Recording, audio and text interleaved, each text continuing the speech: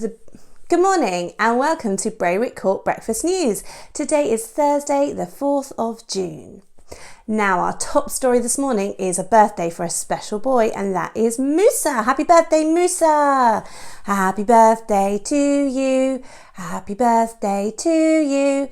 Happy birthday, dear Musa. Happy birthday to you.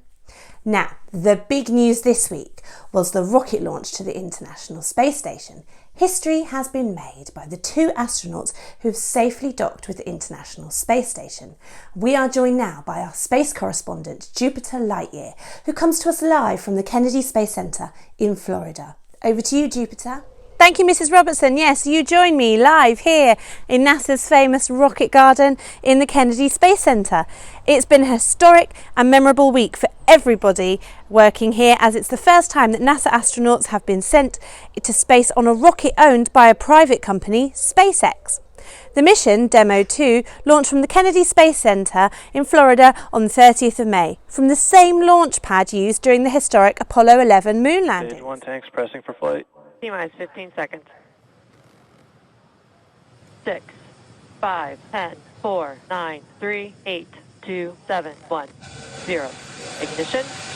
Liftoff of the Falcon 9 and Crew Dragon. Go NASA, go SpaceX. Godspeed, Bob and Doug. America has launched. And so rises a new era of American spaceflight, and with it the ambitions of a new generation continuing the dream. After reaching orbit, astronauts Doug Hurley and Robert Becken decided to give their Crew Dragon spacecraft a name, Endeavour, a tribute to the first space shuttle the astronauts had flown aboard. After successfully docking with the International Space Station, the astronauts were able to leave their capsule and join the other astronauts in their new home for the next 4 months. In Mission Control Houston, Ficker 1. Looks like they're all closed visually now. We are in 8.3 for both SpaceX and Houston. Dragon arrival configuration is complete. SpaceX copies. All valves appear closed visually now, and arrival configuration complete. Excellent to hear. Houston copies.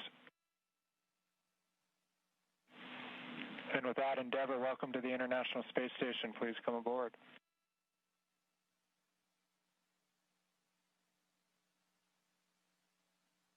Endeavour copies with pleasure. We'll be there in a second.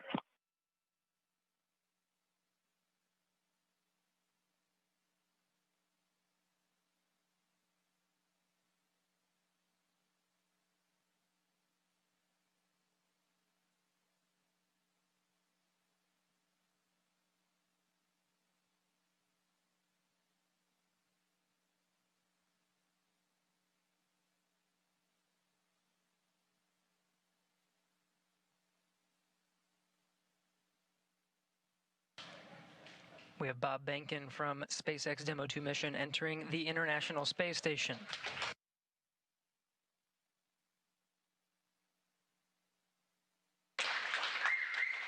Followed by Doug Hurley.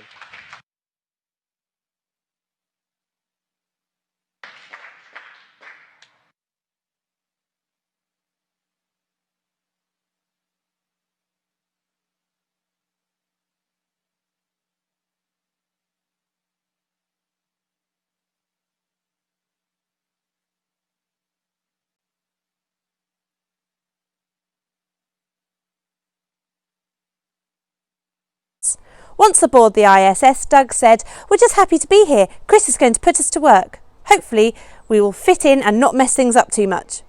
The Demo 2 mission is important for future exploration, like the upcoming Artemis mission, which aims to put the first woman and the next man on the moon by 2024. Back to you in studio. In other space news, it's one small step for toys and one giant leap for toy kind. If you were watching the rocket launch closely, you might have noticed something else floating around in the capsule with the astronauts. That's right, it was a toy dinosaur.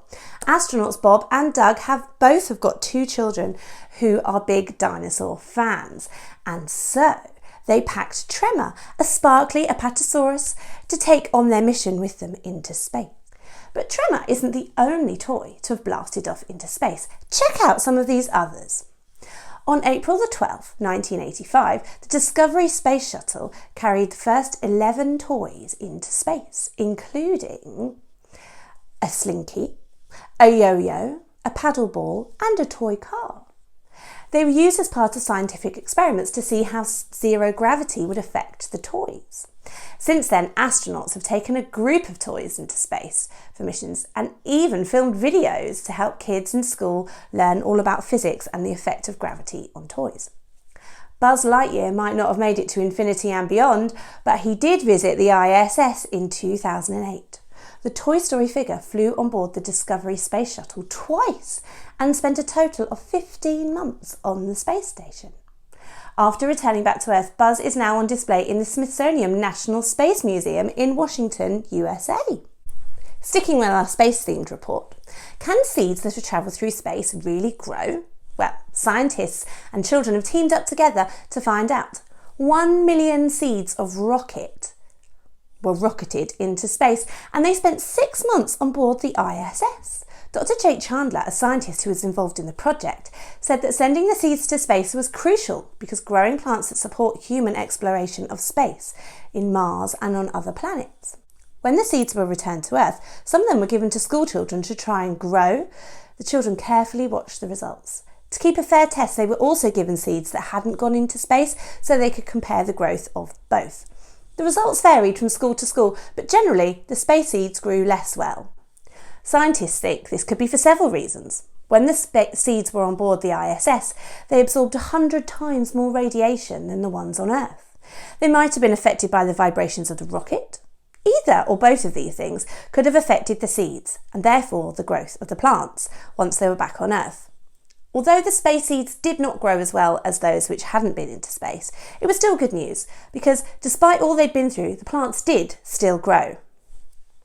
Now, in other news, back on Earth, the Royal Mint have released some very special dino coins. Not only do they have amazing pictures of dinosaurs on them, but they also are the first coins to use augmented reality, or AR.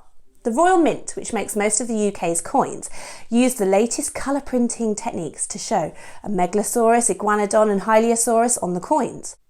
They worked closely with experts from the Natural History Museum to try and bring these prehistoric creatures to life. The coins feature the dinosaurs and show where and when the first fossil was discovered. After receiving the coins, collectors can use the AR to scan the packaging to unearth facts, clips and images about the prehistoric creatures. Now, have you ever wondered how Lego can be used to help nature? Well, one beekeeper in County Westmeath, Ireland, was curious. He has spent lockdown building a beehive out of Lego. Building his hive based on the dimensions of a real beehive to ensure that the bee community had all the space they needed. His colourful creation is now home to an estimated 30,000 bees. Sports authorities are talking to the UK government about how lockdown measures might affect summer sport, and are working together to find ways that competitive sport can resume safely. Plans to restart the Premier League season were stepped up this week when clubs began talking about possible options. The Premier League has been suspended since the 13th of March because of the coronavirus pandemic, and all clubs remain committed to trying to play the remaining fixtures of this season. Oliver Dowden, the government's culture secretary, said he'd been in contact with the clubs about trying to restart the Premier League as soon as possible.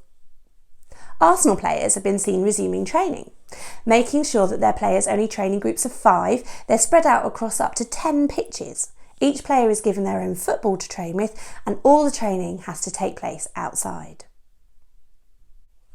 That's all from us today at Berwick Court Breakfast News. Please join us again soon. Have a great day.